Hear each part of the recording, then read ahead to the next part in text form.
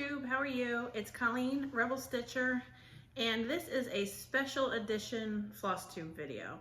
I have gotten a lot of requests from people about what my process was for converting Autumn Quakers by Rosewood Manor into a Cottage Garden Thread conversion. So I figured I would do a special video and show you what my process is.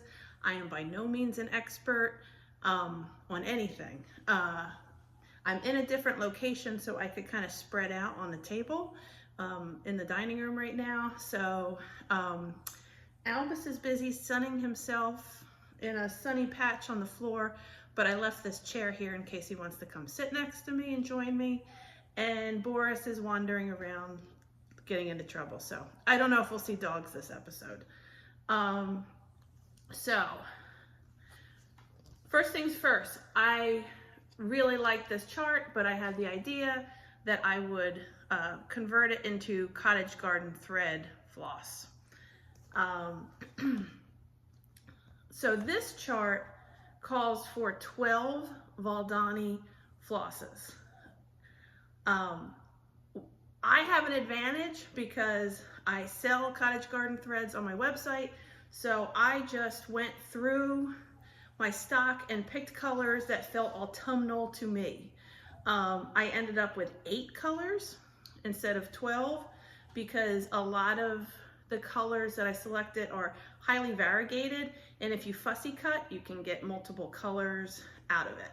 So my friend Kelly was over, a local stitchy friend, and she wanted to do this also. So she dug through my stock and she picked 8 colors or so that appealed to her, that felt autumnal. So I will show you the colors I used, but I recommend you pick ones that feel good to you and you know, speak to you and feel autumnal. I knew I wanted a green, a brown, a deep red, a deep purple, and like maybe some orangey, browny tones. And so that's what I ended up with. So I'll show you the colors I used first. The first one is Sierra, and the next one, I mean, this is in no order. Tangerine, Lichen, Lemon Meringue,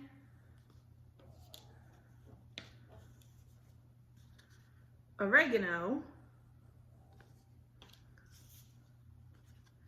Gum Nut, and a Nook. So that's the palette I'm working with. And I wanted to show you, when you get Cottage Garden Threads, they come like this. On this card, twisted up. You kind of stick your finger in the middle and separate them. Separate these two kind of coils, and they end up looking like this. And then you can work directly off this card. Just kind of pull from this side, and you can separate it in one strand, or I usually just pull the whole 6-stranded piece out and work from there. And then that's why I do stuff like this and wrap the extra across the top. Since I'm doing a lot of kind of fussy cutting, I'm keeping the extra around the top also for that. So this is not a project that I do a lot of on-the-go kind of stitching if I'm picking my kids up for practice or at a doctor's office. This is not a project I would recommend for that because I like to spread out the colors, the floss, so I can see what I'm working with, and kind of like an artist palette. So I pretty much just look at the chart and figure out like what area do I want to attack and what color would look good in here. So let me show you what I've done so far. So let's see. I'm sorry, I'm gonna elbow this table and bang it, and see, I just did it again, and you guys are gonna get seasick. Okay, so let me explain, let's see what I did here. So this vine that goes up and down is all one color. The acorns are all one color, but I mean a different color, but I fussy cut them so that like the caps are the darker color and kind of the meat of the acorns are another color. This big leaf here is all one color. It's just, I mean, all one floss.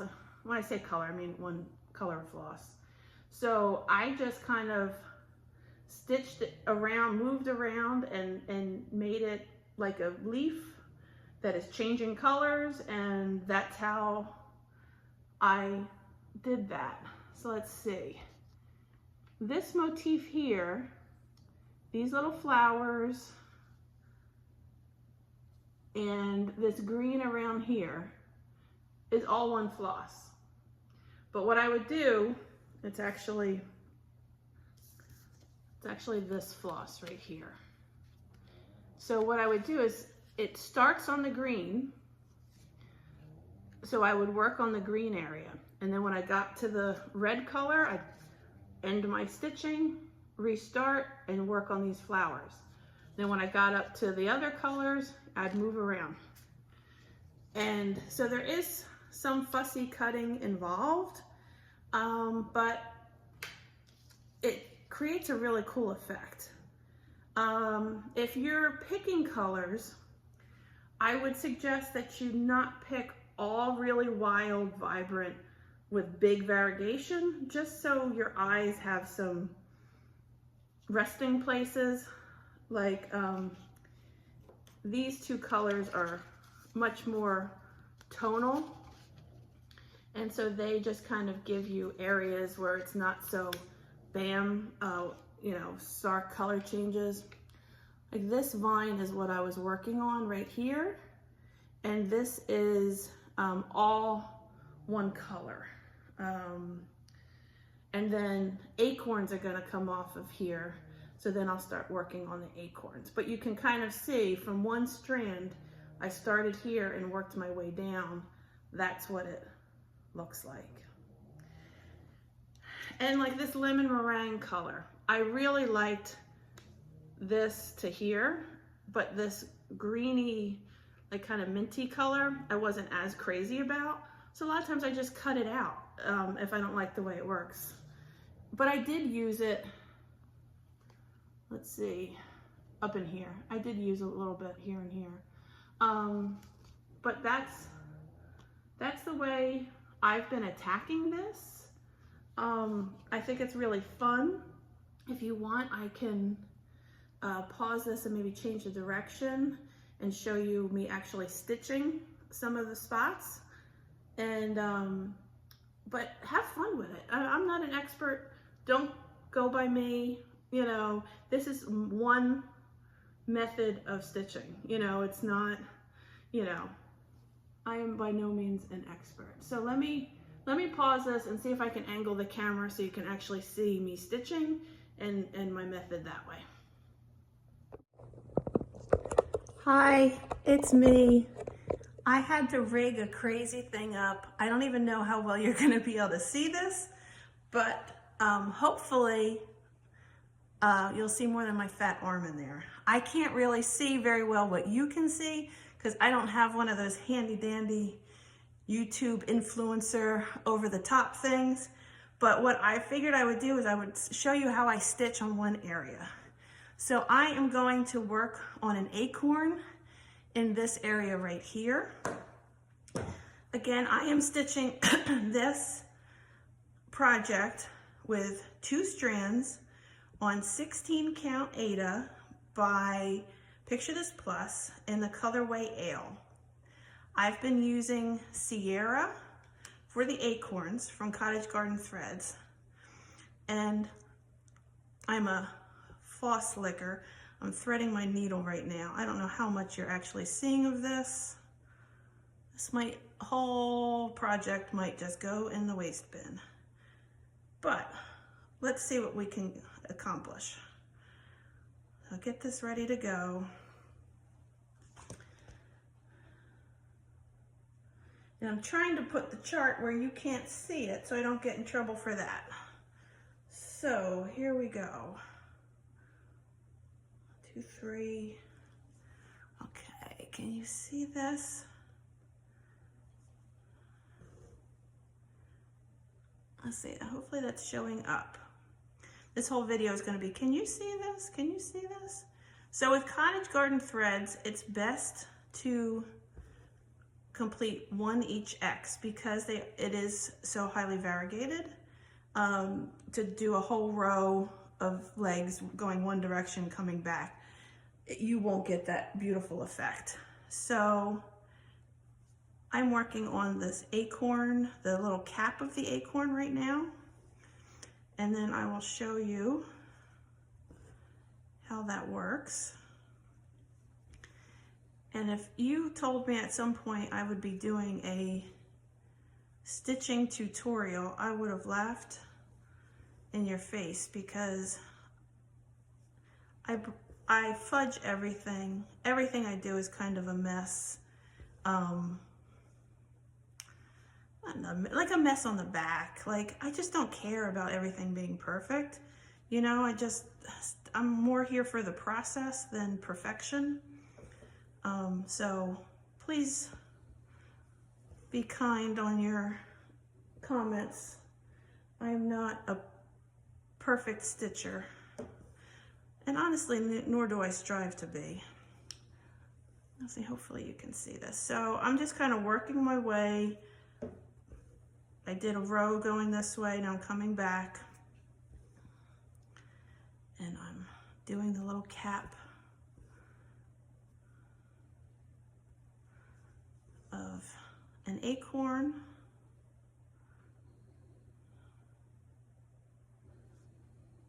If you listen carefully, you might be able to hear some dogs snoring. It's mid-afternoon napping time. Although let's face it, it's always napping season for Albus. You don't get that handsome without catching up on your beauty rest.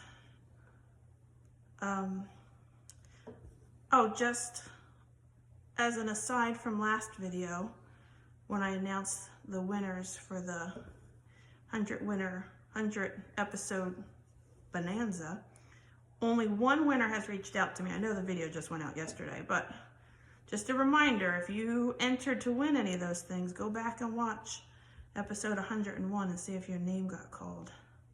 Because so far, just one person reached out to me. Let's see.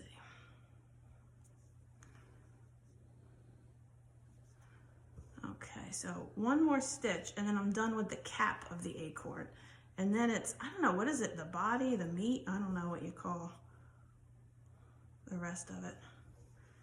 I always like, and you can see it's starting to turn a little reddish, so I don't even have to fussy cut this. It's already doing the work for me. So let's see, can you see that? Where am I? Here we go. So it's already starting to turn a little reddish. So it'll, the color anyway. So it'll be ready for me to do my meat of the acorn.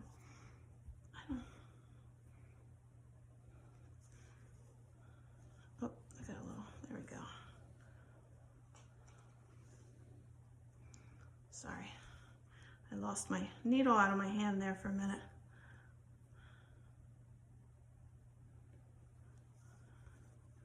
This must be like watching paint dry for people. But I'll just finish this one acorn and that way you can see my process. So when you are stitching, do you have like little things so you remember, so you don't have to keep looking at the chart? Like for me, I would say like 1 up over 3 times. Like I'd say that kind of in my head, you know, like 3 times. That means it's like 3 stitches over 3 times. Maybe that's why I always make mistakes, because my system doesn't make a lot of sense. And again, this is just my method for doing this. You could pick any floss you want. But I just encourage people to have fun and customize things and do it, you know, make things your own. Just because a designer, to me, I feel like a designer's chart is a suggestion. Like, this is one path to get there, but you can make your own path, you know? I'm not a super established fancy pants designer or anything, but when people make changes to things I've designed, I'm like, yeah, go for it. That's awesome. You know, have the courage. This is just a stepping point. You know, there's multiple ways to get there. As long as you're stitching and having fun, that's all that matters. Okay, so now you can see as floss is starting to get a little bit more in the darker area. And then one more in the middle, and we're done. So then I would finish this off on the back, tuck my thread, and then start someplace else. But it's starting now, let's see if you can see this. It's starting now, where am I here? It's starting to get dark again. So hopefully you can see that. So I would just finish that off, and then I would go to the next acorn and start with the cap. That's the darker part in there. This, you know, you just work around and fussy cut or see what end of the floss you want to start with. So hopefully that encouraged you to take the leap. Hey, I just wanted to take a moment and turn the camera back around and thank everybody for watching this. If you could see the way I rigged the video for the over the head shot, I literally duct taped my phone to my OttLite. So super professional as always, but hey, as Tim Gunn says, make it work. I want to thank everybody for watching this and encourage everyone to take a chance and experiment with your stitching. It doesn't have to be a Rosewood Manor Quaker chart. It doesn't have to be Cottage Garden Threads, but you know, make things your own when you see the opportunity to do it. It makes your stitching so much more personal and special, and it's fun. It's a fun process along the way. If you have any other questions about how I did this, or looking for other, you know, questions I didn't think to cover, please don't hesitate to reach out. I really appreciate this. If you're looking for Cottage Garden Threads, I have a pretty good selection on the website, rebelstitcher.com. But again, this is not a commercial for Cottage Garden Threads. It just happens to be the floss I'm using for this project. Do what you have in your stash, pick colors that are special to you, and have fun with it. That's the most important thing. So again, thanks for watching. Hopefully this video will be watchable, and I'll see you next time. Thanks for stitching with me.